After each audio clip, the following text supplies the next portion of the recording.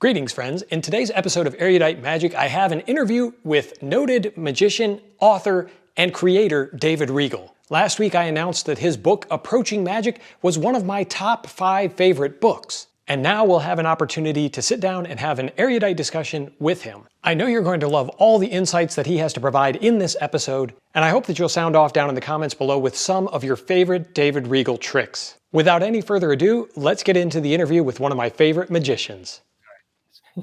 We should mention this interview is being brought to you by Diet Mountain Dew. All the flavor and full body of Mountain Dew with 0 calories. Diet Mountain Dew.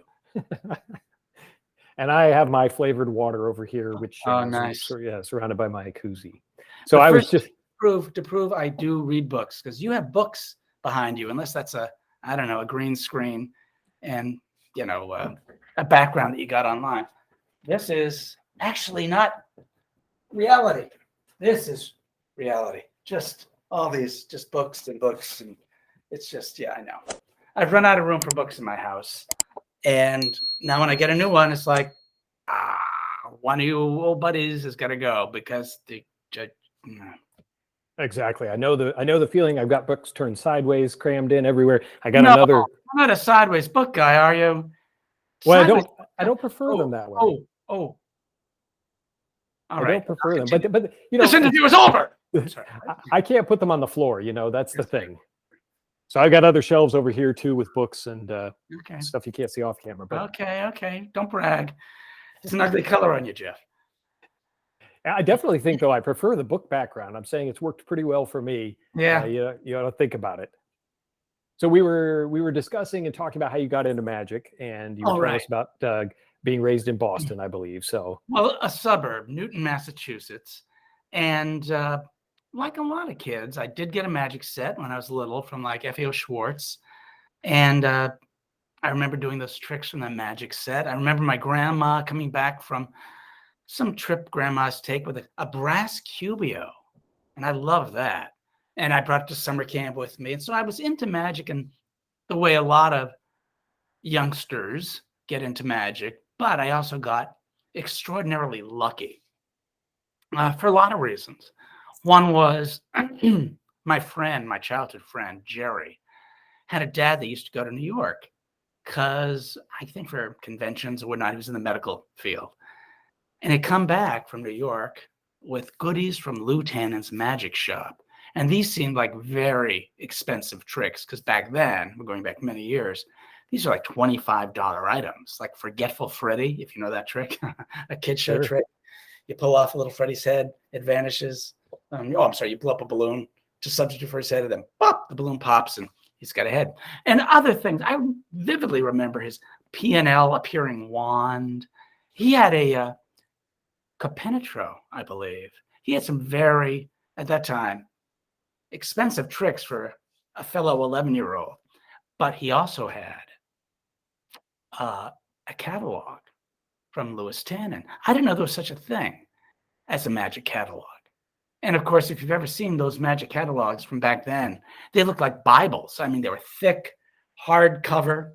And since the new one had come out, there he goes, just proving it's not a backdrop. Oh my God, that's one of them, yeah. Yeah, I've got the Lou Tannen. I think this is 1975. Yeah, they're very thick. And when the new one came out, he didn't want Jerry didn't want the old one. So Jerry said, "Do you want this catalog?" And for me, it was like my illicit romance with the Louis Tannen's catalog, staying up, I remember the sheet over my head and a flashlight, turning pages of the catalog as if it was dirty reading material. And I have a little notepad with the tricks I would get if I could save enough money. And I, have this list of these dream tricks. Of course, the dream was in my mind because this was a magic catalog that made everything sound fantastic. And of course, the dichotomy between these descriptions and what you received, well, I like to say one of the great days in my magic life was discovering the existence of a Lou Tannen's catalog. Other great days, looking through the pages of the Lou Tannen catalog. Another great day, making that list I told you about of the things I would order from the Lou Tannin catalog. Another great day, making that first order to the Lewis Tannins catalog. Then weeks of waiting, and the amazing day when that box arrives from the Lewis Tannin catalog. Then one of the worst days in magic, open the box from the Lou Tannin catalog and go, really? That's just this, because it was very hard to reconcile, the difference between method and effect, which, by the way, is very difficult for a lot of people to reconcile, even grown-up magicians, because sometimes there seems to be no commonality. And occasionally it's funny, because one of the tricks I bought was the cigarette catcher. And I probably could pull that down. The great kids trick, right? Well, it's not a good kid trick, but did I do it? Yes, I did. The plot is the magician with empty hands reaches into the air and plucks a cigarette from nothingness. And I'm thinking, as a kid reading this, really? Just from the air? He takes his top hat, tosses the cigarette into the top hat. Top hat not included. Use any hat. Then but he's not done. He reaches up and produces another cigarette, putting it in the hat, and another, producing as many cigarettes as you'd like. I'm thinking, what kind of machine could do this? That's spitting out cigarettes, as many as you could possibly need. But you're not done. The magician casts, a magical motion over the hat, and all the cigarettes vanish. Price 15 cents. What? You can't afford not to get it at that price. I know. It was like that was 15 cents or 25 cents. It was very cheap. And yes, I got it. And it did everything that it said it would do. But that was an education. What? Totally. So I was lucky in that respect, because to have a friend give me that catalog, it was like, I think any young person who discovers, this list of magic tricks that exist, it has to fire your imagination, because it's like a world. It's like a door opening to a world. But I got extraordinarily lucky in I get additional ways. In Boston, downtown Boston, there were a few joke stores / magic stores. They all had the name Jack in them, Little Jack Horner's Magic Shop, Jack and Jill's, Fun Shop, Jack's, Trick Shop, whatever they were.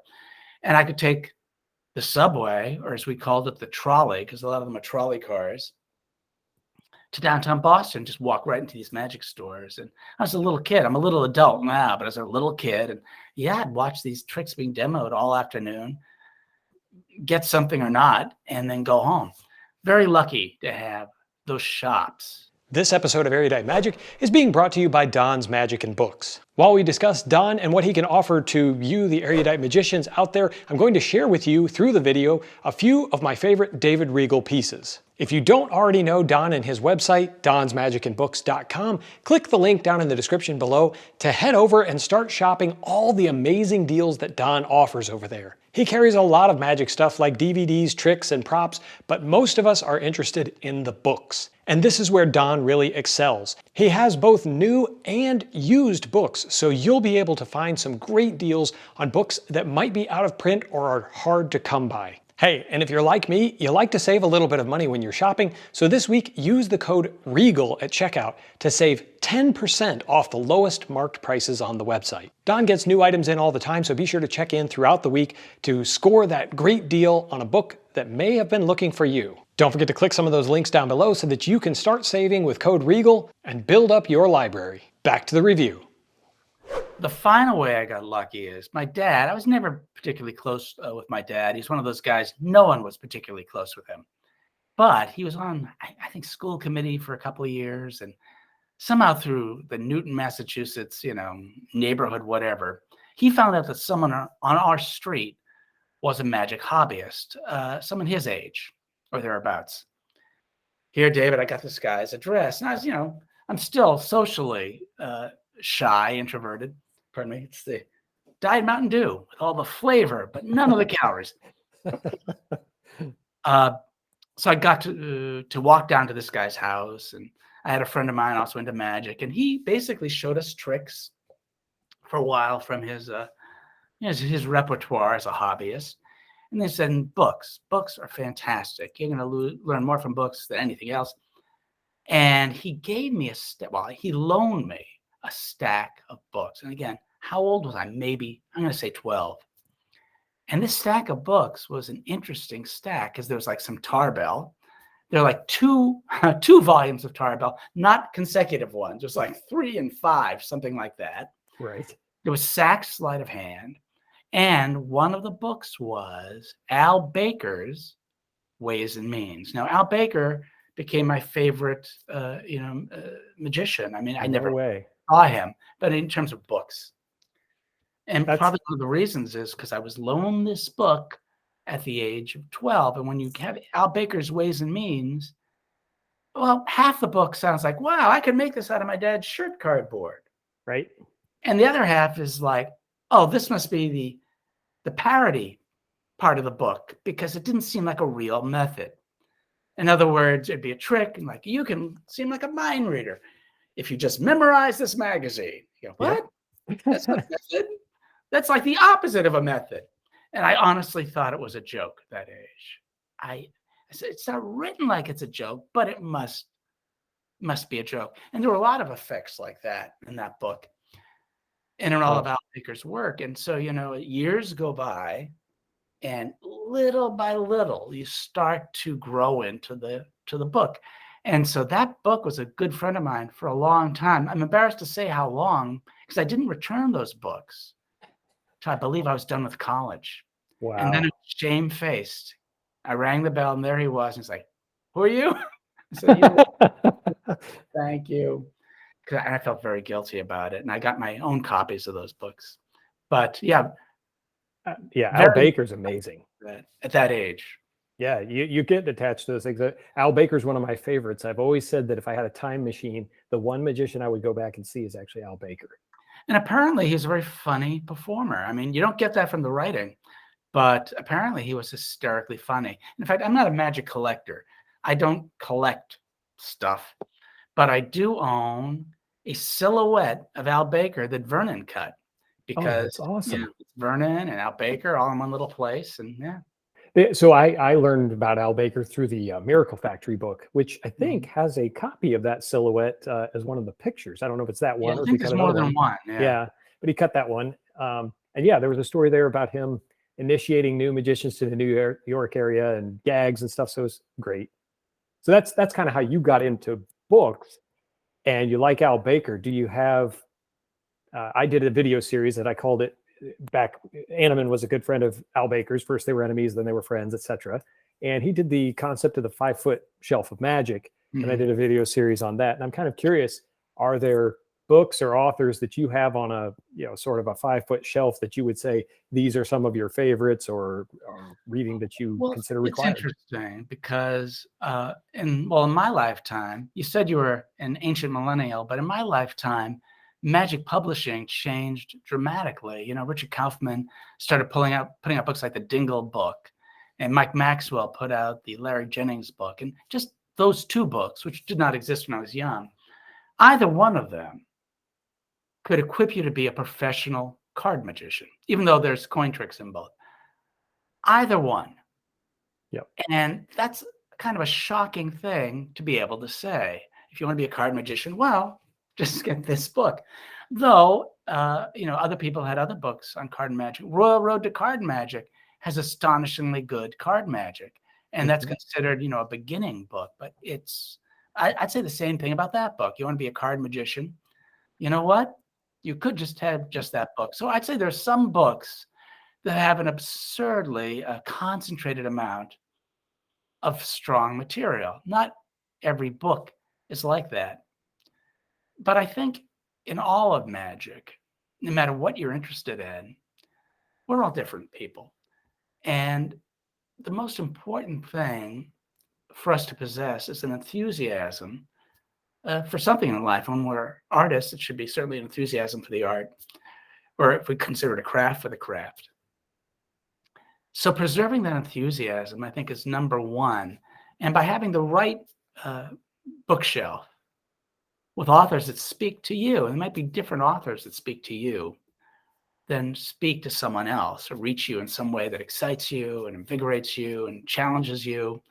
Uh, that's what you want on your shelf, because we've all seen people in all professions, including magic, that look unhappy to be performing magic. Some of them are very successful, but that's not what we want. Johnny Thompson, I got to work with Johnny a lot because he worked on the Carbonaro effect as I Mhm. did. So for many years we worked on that show, and he used to brag about he had the enthusiasm of an amateur. And Mm. he was not shy about bragging about that. And that's why I say, whatever that 5-foot shelf is, it should Mhm. excite you when you go to it. It shouldn't be a chore. It should be like lighting a fuse. And there are a lot of books that, now, because of the publishing explosion that Mhm. happened, I don't know, let's say in the last 40 years, really exploded, maybe more, maybe 50 years. Uh, that's relatively, modern times, even though it doesn't sound that way. There's some certainly great books. So if you loved, you know, card tricks, you have the card books I mentioned. For coins, now you have the Roth book. It used to be the Bobo book for the Yeah, longest time. Well, in the last 50 years, we got the Roth book. There are some ridiculously fantastic books of just crammed with material or thought, because not every book is that's crammed right. with material. Some is crammed with thought. But I think what you want as the end result is to have those books be like batteries, to your engine. Yeah, ignite your passion. Yeah. Who are some of the authors for you that light that fuse? Well, at different times, different people. Harry Lorraine really saved me in magic because I was getting back into it. I'd done, 5 billion kid shows. Then I went to college. I was studying acting and music and stuff like that, not doing so much magic. But after college, it hit me twice as hard, if that's possible. It's like I just fell into it again, maybe because, I was alone in New York. I'd moved to New York. You feel a little, loose ends rather. So I saw someone at a comedy club doing some magic, a comic who did magic, and I went, wow, that was great. And he said, read books. And I said, oh, which books? He said, Harry Lorraine, and he mentioned Frank Garcia, and I got both of them. Harry is unique in that you felt like he was speaking to you as a human being, which is unusual in a magic book. Right. Generally, they were like how-to manuals, but Harry, his style would get you excited, not just me. It really made you want to learn how to do whatever it was he was teaching.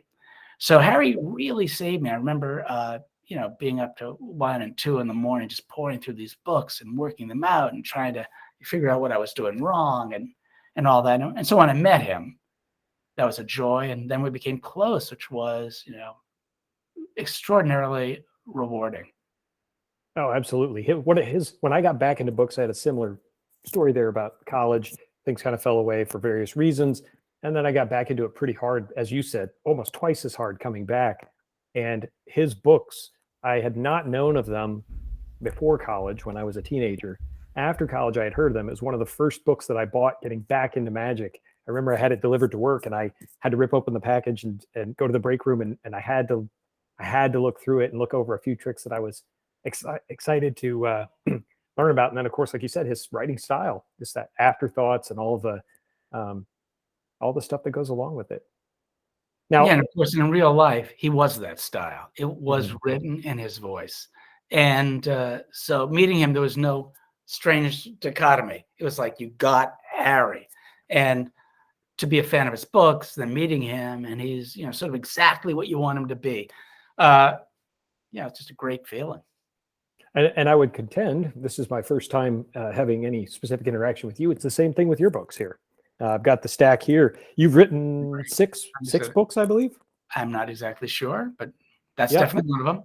yeah. So I've got the close up and personal, approaching magic, interpreting magic, constant fooling 1 and 2, and then I don't have your original that Harry Lorraine published, I believe. Star But quality in the 80s. Yeah. yeah, but I do have it through his classic collection Right. 4, which is the way I got it. It was kind of out of print by the time I went looking for it. And I guess my question is, you look at this. This is just an incredible amount of magic. To your point about books that can give you a lifetime of magic. I did a review of Approaching Magic, and I always recommend it to people because there's just so much great material in there.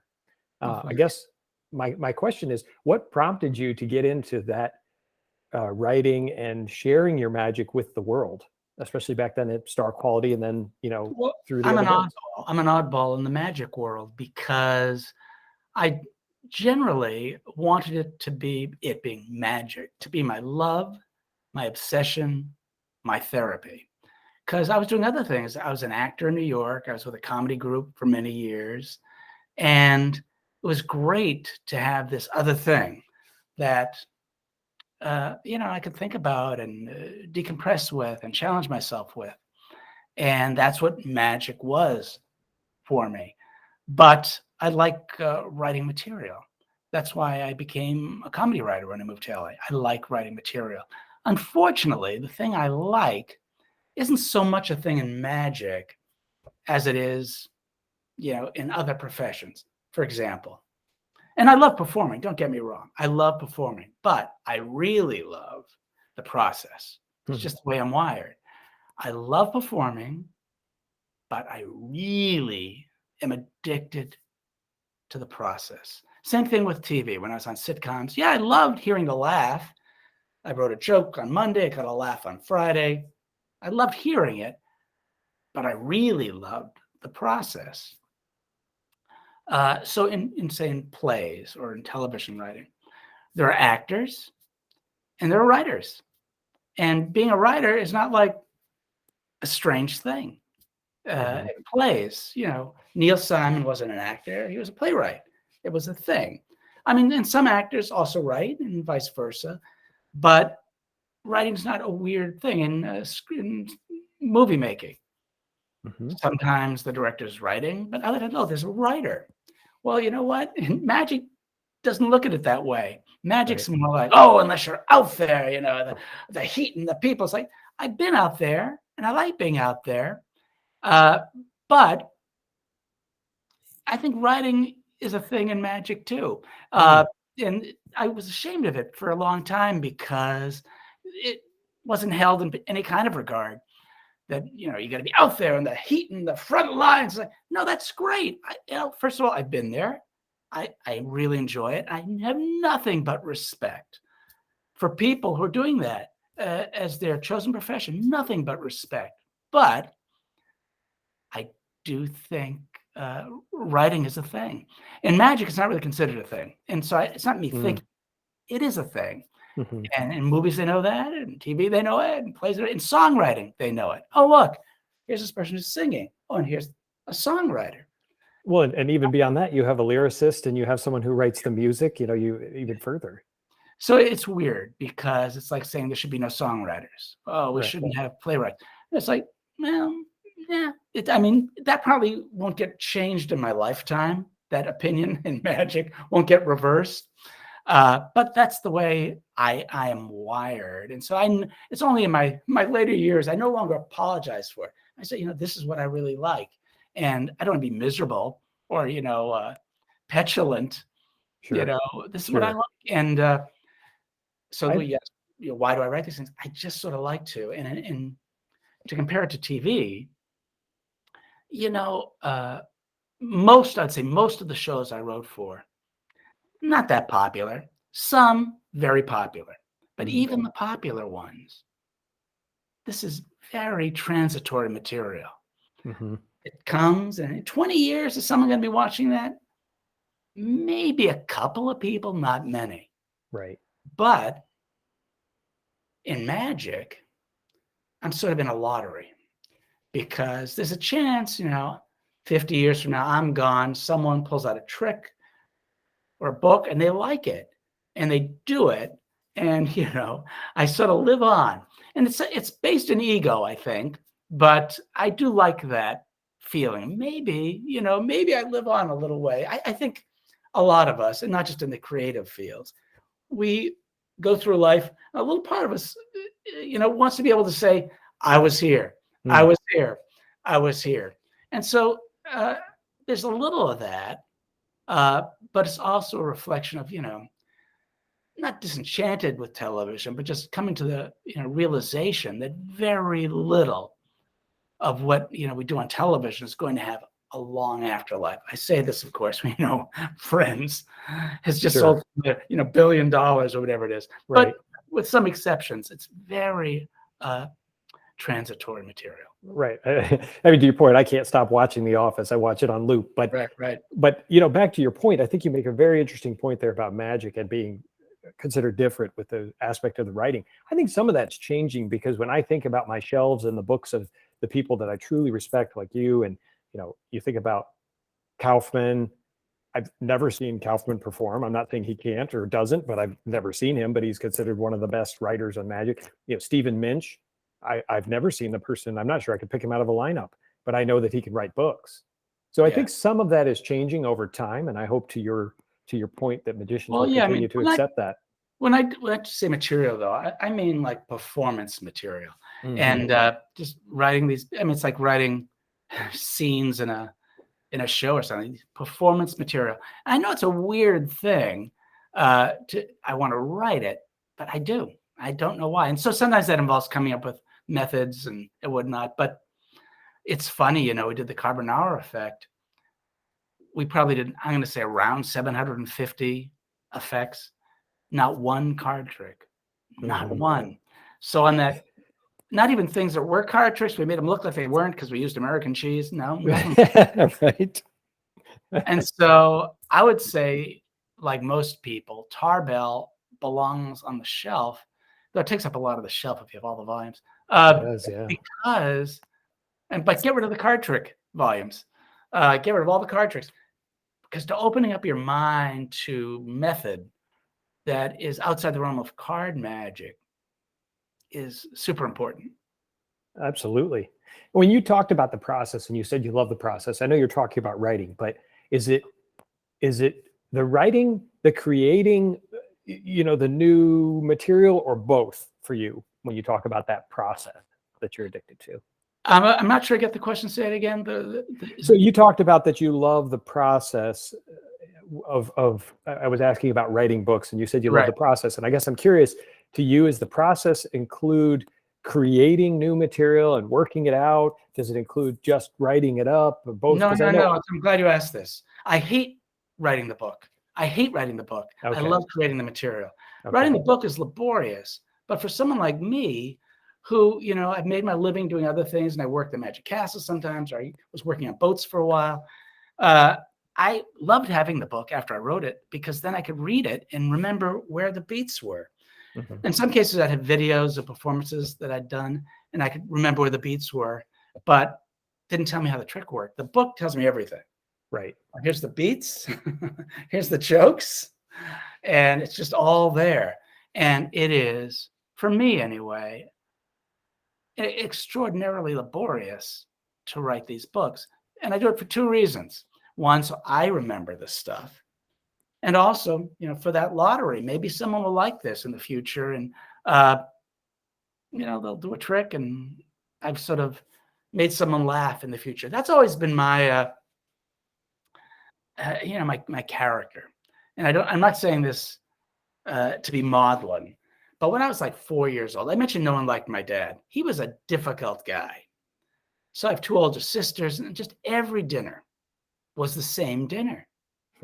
It started, with some conversation, but then my dad would yell at my mom, and now they're not talking. My sister would say something. My dad would snap at her, and she'd start to cry. The other one would say something, and he'd say something, and she'd run away from the table, slamming her door. And I was the youngest. So I'm like, staring. I'm like the little kid staring at his plate. And what would I do at the age of 4 or whatever? I would excuse myself, go halfway up the stairs where I couldn't be seen. The stairs were just on the other side of the dining room, and think up some funny bit, and come down and do the bit to see if people would break that tension and people would be less miserable than they were. And when I realized what I've done for my career after that is, I'm just in the make people less miserable business, whether it's writing a comedy or working magic. I'm in the making people less miserable business. And that's And so when I say the book, it's like, you know what? Maybe in the future, someone will be made less miserable by something I put in that book. So yeah, I hate writing the book. I find it very difficult and time consuming and just hard. But I love the coming up with the material and figuring out the beats. And does this need a joke? Is this be amazing enough? Do they understand what the effect is?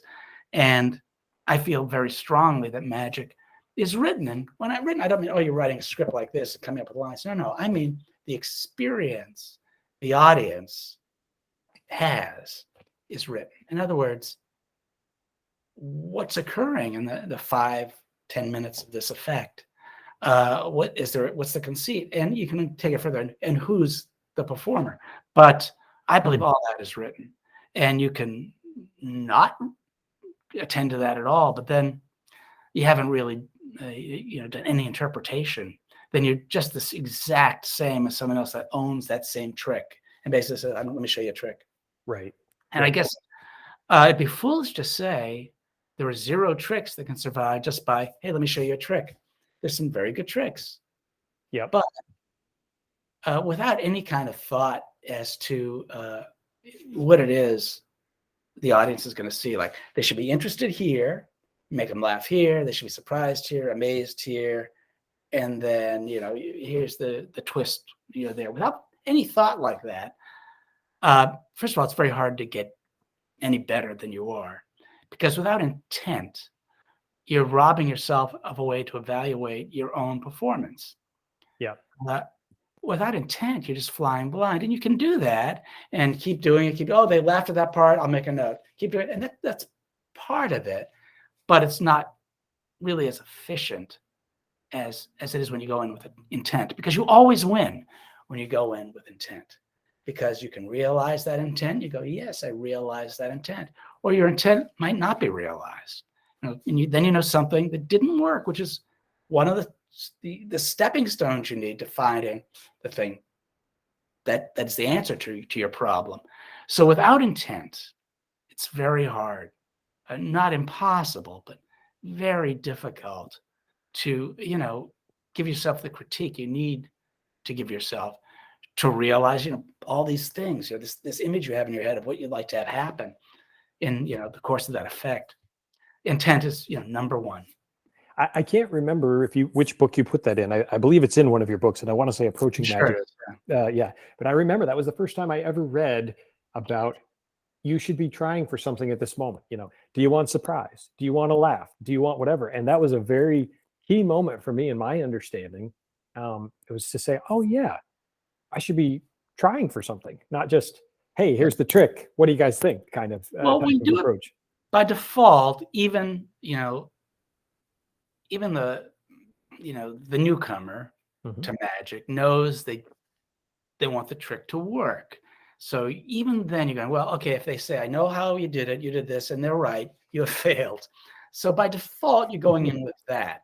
Sure. So I'm just saying, the more you work at something, the more, that goes from being, the default, let the trick work, to just, more interesting moments. I hate to use the word sophisticated, but it's a more sophisticated way of looking at it. It's not just as the trick working. It's like, well, that's what I liked about Harry Lorraine.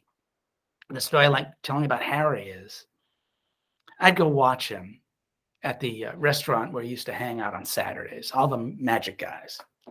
And it was the back of the restaurant. They hated us there. They just hated it. The magicians, they'd bring food from home instead of buying a Jell-O from the restaurant. And so the restaurant hated us. But we're in the back, and lay people would occasionally make their way back there. And magicians would corral them and do magic for them. When Harry was dealing with a lay person, the lay people were like this. And eventually I started going, wow, that's different. Harry's doing a trick. The lay people aren't sort of like, yeah, he's doing a trick. They're like this. I got to find out when that happened. I got to pay better attention, because that is something to aspire to. So next week I go, I'm going to go in there. I'm going to pay attention. I'm watching. And Harry's doing a trick. I'm going to pay. And they're like this. And, oh, I missed it. When did they go? What did he do? what move, what trick, what this. So the next week, I go, okay, I missed it last week. I'm just not going to take my eyes off this. I'm not going to distract myself. I'm not going to look away. And, I had to wait for a time when lay people came back. They sit down with Harry and I watch and I see them go like this. And then I notice Harry has not yet taken the deck out of the box. But, okay, this is going to take some time to absorb because the deck was not out of the box. And they're like this. So these people were interested, riveted, and nothing that you could call a magic trick had taken place yet. And that's when you realize, oh, well, there's steps along the way. And I think we do all have those intentions if we stop to think about it. Sometimes, because we all have the dream, if this is me doing an effect, this is what's happening. They're laughing, they're astonished, they're scared, maybe, who knows? But we have that internal dream. So I guess my point is you should stop and remind yourself of what that dream is and name these steps along the way. And that's extraordinarily useful because now that you know what your intentions are, you can come up with a strategy to achieve those intentions, and you get results in a much more efficient way. Nice. Now, you obviously put a lot of thought into what you do. I'm curious how long, and you said writing the book's laborious. How long does it take you to, I'll say, field test the material to where you feel comfortable with knowing the beats and knowing, all this stuff before you commit it to paper? I typically, well, now that it's easy to record things, I record things. And I have like a group of people that I show stuff to. Plus, some stuff you have to do in front of an audience. And that's always a little rough, but it's what I love to do. It's rough because, you're really just using your own experience to say, okay, this should work because of this, this, and this, because I've done, these other 2,000 tricks, and this should, work enough so I won't embarrass myself and maybe be very, very good. And so you have to have a certain amount of bravery at some point because you have to do them for real people. But as we know about magic, there's method and there's effect. So with method, it's very easy to, just create something. Oh, this is a good method. You can see it. It's in front of you. You don't have to show it to a layperson. It's a method. Method is not the thing an audience is enjoying. It can be part of the stuff they don't see that allows them to enjoy something else. A method is not what they are experiencing. It's something invisible. So it's unusual that we put so much emphasis on method when it's, an element of a performance that does not register with an audience or shouldn't. Yes, we all want the best method. And what I like to say is, yes, of course we want the best method, but we mistakenly think wanting the best method makes us intelligent. No. We all want the best method. Everyone does. No one comes out and says, you know what, for this, I think I need the third best method. I want to start off great, get a little shitty, and then be okay at the end. No one says that. And yet we pride ourselves on, but I want the best method. No, everyone wants the best method.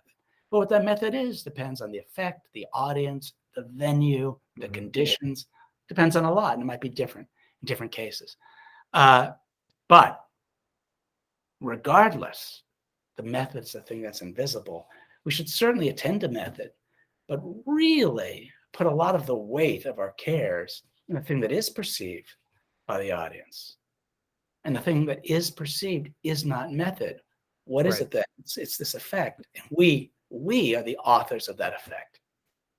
Agreed. I think that so many people magicians put emphasis on the method because, of course, that's the part that's visible to us. And going back to our conversation about the catalog, I think the magicians are always looking for real magic. You read a description. You're absolutely right. You're absolutely right. In the inside, we all want to believe in real magic. And so you read a method and you think, well, it doesn't use threads and it doesn't use magnets and it doesn't use, air pressure. Maybe this is the real thing. Maybe this is real magic if I buy this. Yeah. No, it's so I think because that's part of it. I never thought I'd end up in a world where I was working on television shows with magic, where there was a constant need for material. But I ended up working on a couple of them. And that was the most astonishing thing to me, because magicians, I mean, you expect the producers that have nothing to do with magic to have crazy ideas. And you go, because you expect it, they don't know. But you'd have magicians coming in and they'd be pitching this, and you go, oh my God. I knew lay people believed in magic. It didn't occur to me that magicians believed in magic. Totally. It wasn't just the odd one out of a bunch. It was a huge amount of magicians, and this sounds insane, believed in magic. It's like, wow, shocking. Right. Shocking. Exactly. I guess it's the same reason there are so many financial professionals who don't do well with personal finance, right? It's just, you're not necessarily good at what you do for a living, but it's interesting. And it's a hard thing, I think, for people to believe until you see it. And you go, oh, you're in some weird, fanciful world of gumdrops and flying unicorns. I don't know what you. Yeah, absolutely. I want to be respectful of your time here. So I know we have about 10 minutes left. Try to wrap this up. I've been nursing this baby. And by this baby, I mean Diet Mountain Dew. All the fun of regular Mountain Dew. None of the calories. It's Diet Mountain Dew.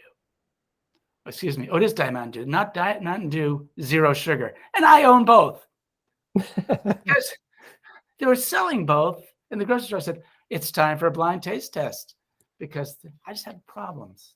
I had problems, Jeff. I understand. We all do. Well, there's always some liquid in me making me feel differently than I'd otherwise feel. In the morning, it's coffee. Oh, thank you for making me feel different than I otherwise would have felt. Here's around lunchtime. We got the other form of caffeine. At dinner, maybe it's a beer. There's just always some liquid changing how I'd otherwise be. Let me ask you this: out of all the books that you've written, and you weren't sure if it was 6 or whatever, I'm not sure. Do you have one of which you're most proud? Absolutely not. I think I'm happy that there's certainly good material to be found in the books, and any of the books. You can go through them and you can find something that is authentically good material. And when I finished my last book, Interpreting Magic, it wasn't like I stopped. By the time that book was published, I'd already worked on other stuff. And so I was doing this stuff at the parlor of the Magic Castle. And I said to myself, first of all, I regretted it wasn't in the book. So it's good material. So, I started doing a genie column, and I put some of that stuff into the genie column. And I regret that didn't get in the big book, but at least it's out there. So if I don't do another book, someone will be looking at the digital. If they like some David Regal trick, they'll type in David Regal, and these tricks will come up. And, maybe, as I say, I'll win that lottery. The lottery I win when I'm dead, but the lottery of, the using something I wrote, some material I wrote to make people less miserable. And some material does have an afterlife. Oh, I had a job. What's that? I said, absolutely. I had a job, and my boss was older than me, like a generation older. And he was talking about it in his story, which I'm not relating, about a generation older than him. And I believe it was his stepfather. He said, well, David, my stepfather was a comedy writer. And I think the name of that writer, I'm going to say Frank Sargent, I think. Anyhow, it was this guy's stepfather. He's my boss. He was a comedy writer. And I said, oh, what do you write for? He said, everyone, all the old guys. He wrote for them all. And he's talking about, the early days of broadcasting. Yep. And he told me a line that his stepfather wrote. And I believe this, because why would you make up that lie if you're going to make up a lie? Right. He wrote this line. Well, years go by. As the years go by, 2 icons die, Frank Sinatra and Dean Martin. Mm-hmm. And in their obituaries, both are attributed with this line. And I know it was written by this guy's stepfather. And the line was, I feel bad. No, but I feel sorry for people who don't drink, because when they wake up in the morning, that's as good as they're going to feel all day long.